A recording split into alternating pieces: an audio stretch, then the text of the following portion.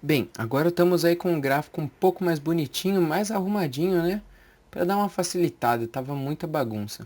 Então vamos aqui revisar o que eu acabei de falar, só para não ficar por fora. Aqui, ponto mínimo de energia, certo? Então se o ponto é mínimo, nosso escoamento é crítico, certo? O que está acima desse ponto de energia mínimo, né? Então o que está acima da energia mínima a gente chama de subcrítico, certo? E o que está abaixo da energia mínima a gente chama de supercrítico, certo?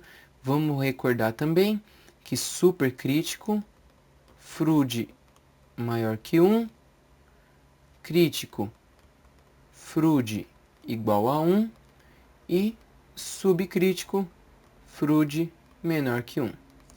Beleza. Até então tá tudo ok, né, pessoal? Então vamos lá. O que acontece se a gente diminuir? Vamos analisar um pouco o gráfico para entender como esse gráfico funciona. O objetivo dessa videoaula é isso: entender como o número de FRUD vai influenciar no escoamento, né? Se ele é subcrítico, supercrítico e crítico, e como também a nossa equação da energia específica vai influenciar nisso tudo. E ela é esse gráfico aí. Então vamos entender como isso funciona. Então, vamos supor que a gente está falando de um escoamento aí, um escoamento subcrítico, certo? Ele está aí acima da nossa linha do escoamento crítico, beleza? O que nós vamos ter? Se o escoamento for subcrítico, se ele for subcrítico, tá? Lembre-se que eu estou falando somente do subcrítico agora. Se o nosso escoamento for subcrítico e a gente diminuir a nossa energia, o que vai acontecer? Vai abaixar a altura da água. Então, o que acontece? Se a gente estiver no escoamento subcrítico, que é basicamente um escoamento dessa linha azul até essa linha azul, né? Então vamos pintar aqui, ó. Essa é a nossa parte do subcrítico, certo? Se a gente tiver o escoamento subcrítico, o que ele vai fazer? Quando a gente diminuir a energia, então aqui, ó, tem uma energia. A gente vai diminuindo a energia, vai diminuindo, vai diminuindo, vai diminuindo. O que vai acontecendo aqui, ó? Se você ver, antes de qualquer coisa, aqui é a energia maior, né? Energia 1, e vamos chamar essa aqui de energia 2. Essa energia 1, ela é maior que essa energia 2, né? Então, ó, o que está acontecendo? A gente está vindo cada vez mais para cá, diminuindo a energia, e o que está acontecendo? A altura da água está diminuindo também, certo? Aqui, ó, já não tem mais água, certo? Só vamos ter água daqui para baixo, beleza? Então, isso daí acontece quando nós estamos falando de um escoamento subcrítico. Então, anotem isso. Quando estamos falando de um escoamento subcrítico e diminuímos a energia, certo? Então a gente diminui a energia, a nossa altura, que antes era isso tudo aqui, antes era grande, ela vai ficar menor. Então, se a gente estiver falando de subcrítico e a gente diminuir a energia, nossa altura também diminui. Fechou. Agora vamos falar de supercrítico, certo? Não vamos confundir aí nossos detalhes. Eu vou deixar isso daqui pro lado de cá, que é para dar uma limpada na tela. Fechou. Então agora vamos falar de escoamento supercrítico, certo? Não confundam. Se a gente diminuir a energia do escoamento supercrítico, a altura dele vai aumentar. Por quê? Vamos dar uma analisada aqui no gráfico. Vamos pegar aqui um escoamento qualquer que seja supercrítico. Eu vou fazer ele de laranja para diferenciar dos outros que a gente já estava mexendo. Então esse daqui, ó, um escoamento supercrítico. O que é o escoamento supercrítico? Lembrando, é o que está abaixo do nosso ponto mínimo, ou seja, abaixo do nosso escoamento crítico, certo? Supercrítico. O que tem aqui de água? De água a gente só tem cheio até aqui, beleza? O que vai acontecer? Vamos começar a diminuir a energia dele. Então aqui, ó, a gente tinha uma energia 1, certo? Ó, energia 1, certo? E a gente vai começar a diminuir essa energia. Vai diminuindo, diminuindo, diminuindo, diminuindo, até chegar aqui na energia 2, certo? Nessa energia 2, o que aconteceu? A gente diminuiu a energia, diminuímos a energia. Então, energia é menor, certo? Só que ó, o que está acontecendo aqui, ó, no ponto 2 da energia, ó, o que veio para cá? A nossa altura, ela aumentou. Veja só, a nossa água agora ela sobe até aqui. Então, vamos anotar isso daí, que sempre que a gente diminui a energia num escoamento supercrítico, a nossa altura ela aumenta, certo? Análise de gráfico só, galera. Tranquilão até então. O que a gente pode olhar também de interessante nesse gráfico? Se a nossa vazão começar a aumentar, nosso gráfico também vai começar a deslocar. Se ela começar a aumentar ou diminuir. Lembrando, vazão aqui, ó, é essa linha que a gente estava estudando aqui, ó. Essa linha aqui é a nossa vazão, certo? Essa linha torta, essa linha da equação de segundo grau é a nossa vazão. Essa daí que está piscando aí, ó, é a linha da vazão. Então, o que vai acontecer? Se a nossa vazão aumentar, o gráfico vai se deslocar. Vamos entender o porquê? É o seguinte, se a vazão aumenta, ou seja, a quantidade de água por segundo que passa naquele local aumenta, né? Vamos supor, era 5 metros cúbicos por segundo. Então, 5 metros cúbicos de água passavam ali em 1 segundo. Se isso aumentar, por exemplo, para 10 metros cúbicos de água passando em 1 segundo, o que vai acontecer? A gente está tentando manter a mesma altura da água. Então, vamos impor isso daí. Vamos supor que a gente tem aí 5 metros cúbicos de água passando em 10 segundos e a nossa água está numa altura aí de 5 metros do chão, certo? A água aí está com uma altura de 5 metros do chão. Vamos supor aí que a nossa vazão ela aumentou, agora em vez de 5 metros cúbicos, em vez de 5 metros cúbicos por segundo, ela aumentou para 10 metros cúbicos por segundo. Só que a gente não quer mudar a altura da água. A água está ali, ó, andando ao quê? Eu não lembro o número que eu tinha falado. Vamos supor que a água está a 2 metros de altura. Eu não quero que ela mude, eu quero que ela continue a 2 metros de altura. O que vai acontecer? Se você tem mais água passando pelo mesmo espaço que você tinha antes, ou seja, mais água em menos espaço, você tem que ter mais força para empurrar essa água, ou seja, desculpa, você tem que ter mais energia. Então, quanto maior for a nossa vazão, maior tem que ser a energia. Então, o que isso significa? Se você aumentar a nossa vazão, se você aqui, ó, tinha essa vazão aqui, vazão que a gente vai chamar de Q1, se você aumentar o valor dessa vazão, o que ela vai fazer? Ela vai começar a se deslocar aqui para o lado. Então, ela vai fazer o seguinte, ela vai começar a vir, ó, para cá, ó, ela vai vir deslocando para cá. Então, ela estava aqui e ela foi para cá. Então, essa daqui é a nossa Q2. Por que isso está acontecendo? Lembra que eu falei, você tem mais água passando num determinado período de tempo, num espaço que antes você tinha menos água. Então, você precisa de mais energia para empurrar essa água. O que está acontecendo aqui? Ó? Você aumentou a vazão. Antes você tinha uma energia menor, certo? Tinha uma energiazinha aqui. E agora você começou a aumentar a vazão, para o lado de cá a energia aumenta também. Então, você teve que deslocar nosso gráfico para o lado, certo? Então, quanto maior vazão, então, se você aumentar a vazão,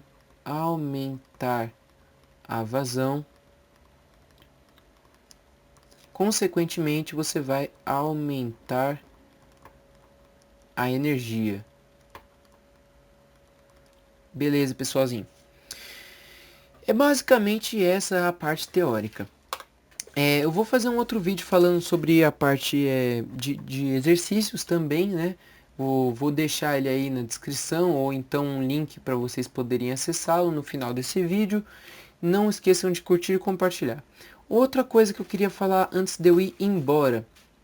Geralmente, vamos limpar aqui a tela. Agora que a gente já viu mais ou menos aí como funciona isso. Geralmente, você tem aí uma fórmula de Freud. Vamos colocar aqui uma fórmula da velocidade média, g vezes y, tá? No y, no lugar desse y, a gente pode colocar aí, ó, o hm, certo? Uma altura. Então, essa daqui geralmente é a fórmula de Freud que você vai achar na internet, você pode achá-la com outras incógnitas também. Geralmente é essa que você vai encontrar. O que acontece? Quando a gente tem uma seção retangular, isso é importante, gente. Seção retangular. O que significa? Que passa água no meio de um tipo de canal ou alguma coisa assim do tipo que foi construída aí pelo homem, porque é quase impossível você achar uma seção retangular perfeita na natureza, certo? Então, olhando isso aqui de frente, passa água numa seção retangular, ela tem formato de retângulo, né? Numa seção retangular, certo? O que nós podemos assumir? Que o HM, ou seja, a altura, vai ser a altura da lâmina d'água, certo? Então, esse HM ele vai ser a mesma coisa que Y0, fechou? Então, HM vai ser igual a Y0. Beleza. Se a gente assumir que ele é um escoamento crítico, ou seja, número de Freud igual a 1, certo? Nós vamos ter aqui, ó, que a altura, certo? O Y0 vai ser a mesma coisa que a altura crítica, certo? Ele é um escoamento crítico, ou seja, a altura crítica dele é a mesma coisa que a altura dele onde o escoamento está acontecendo, né? Que é o Y0. Da mesma coisa vai acontecer para a velocidade. A nossa velocidade média vai ser a velocidade crítica. Por quê? Porque esse é um escoamento crítico. A velocidade que a gente está usando é a velocidade crítica. A altura que a gente está usando é a altura crítica. Beleza? Substituindo isso daqui na fórmula, o que a gente vai ter? A gente vai ter que Freud igual a 1 vai ser igual a velocidade crítica sobre g vezes y crítico. Simplificando isso daqui, o que a gente encontra? Que velocidade crítica é igual a raiz de g vezes y crítico, certo? Então, isso daqui é uma coisinha que eu gostaria de mostrar antes da gente encerrar o vídeo. Sempre que você tiver um escoamento numa seção retangular, onde o escoamento é crítico, certo? Você vai poder utilizar esse tipo de formulinha aqui. Velocidade crítica é igual a raiz de gravidade vezes altura crítica. Beleza? Anotem essa formulinha. Ela pode ser útil para algumas contas que a gente vai fazer, contas que a gente vai realizar. Outra coisa que eu não queria deixar passar é o seguinte. Nós temos aí, ó, a nossa vazão específica, ou então também chamada de vazão unitária, unitária ou específica, certo? O que vai ser essa vazão unitária ou específica? Ela vai ser a relação da vazão do canal, certo? Medida em metros cúbicos por segundo, pela largura do canal, certo? Medida em metros. Lembrando, a gente ainda está falando de canais retangulares, viu, gente? Vamos focar aqui só em canais de seção retangular, certo? A gente vai ter isso daqui, e isso daqui vai ser a nossa vazão unitária, certo? Ela também pode ser calculada pela velocidade vezes a altura, mas vamos deixar essa outra fórmula aqui por enquanto. Para que a gente vai usar essa vazão unitária? Ela vai facilitar a nossa vida quando a gente precisar fazer aquela conta. Lembra aquela formulinha que eu passei no começo do vídeo, que é a fórmula que gera o gráfico? E é igual a y mais v ao quadrado sobre 2g? Basicamente, ela vai facilitar isso tudo. Por quê? Porque esse v ao quadrado sobre 2g, a gente pode trocar pelo seguinte. E é igual a y mais q ao quadrado sobre 2g ao quadrado, certo? Lembrando que Q sobre A vai ser a mesma coisa que velocidade. Então, é a mesma forma escrita de formas diferentes, beleza? Se a gente substituir aqui o nosso valor do Q e o nosso valor do da base, a gente vai ter ainda uma terceira forma de expressar essa fórmula. Vai ser o seguinte, E é igual a Y mais o Q, que é a vazão Qzinho, né? Vazão unitária sobre 2GY ao quadrado. Essa é a fórmula que eu queria chegar. Essa fórmula aqui, ó, ela pode ser usada somente em escoamento retangulares, certo? Você pode utilizar essa fórmula em escoamento retangular. E isso daqui vai facilitar muito a sua vida, certo? Então, lembrando mais uma vez, somente para escoamentos de seção retangular, beleza?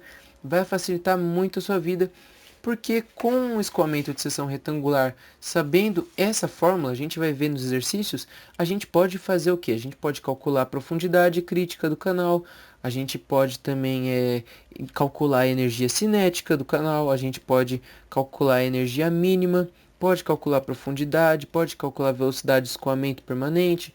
Enfim, com essa formulinha simplificada de energia para canais de seção retangular, vai facilitar bastante nossa vida. Então deixa aí anotado. Bem, pessoal, eu dei uma boa explicada aqui, né? Ficou um pouco confuso, eu admito, mas assim, veja o vídeo de novo, volta, dá pausa, tenta olhar o gráfico, tenta analisar, ver o que eu falei, ver se você entende o que eu falei para você pegar essas informações, beleza? Eu vou passar agora, eu vou deixar no final desse vídeo um link para o próximo vídeo, que vai ser um vídeo só de exercícios. De vez em quando aqui na teoria você ficou bem confuso, não entendeu nada, mas quando chegar nos exercícios, você resolvendo tarefas práticas, né, exercícios mesmo, você vai entender o que eu quis dizer aqui na teoria. Obrigado por terem assistido. Espero que tenham gostado do vídeo, por mais que ele tenha demorado. Se você viu qualquer erro, não deixe de deixar ali nos comentários o erro que você viu. É muito importante que você comente se você viu algum erro, porque você ajuda as outras pessoas que estão vendo os vídeos a identificar esse erro também e não errar quando estiver estudando. Obrigado por assistirem. Não esqueçam de curtir, se inscrever no canal se você não é inscrito para receber as novidades. E é isso aí. Fui, galera!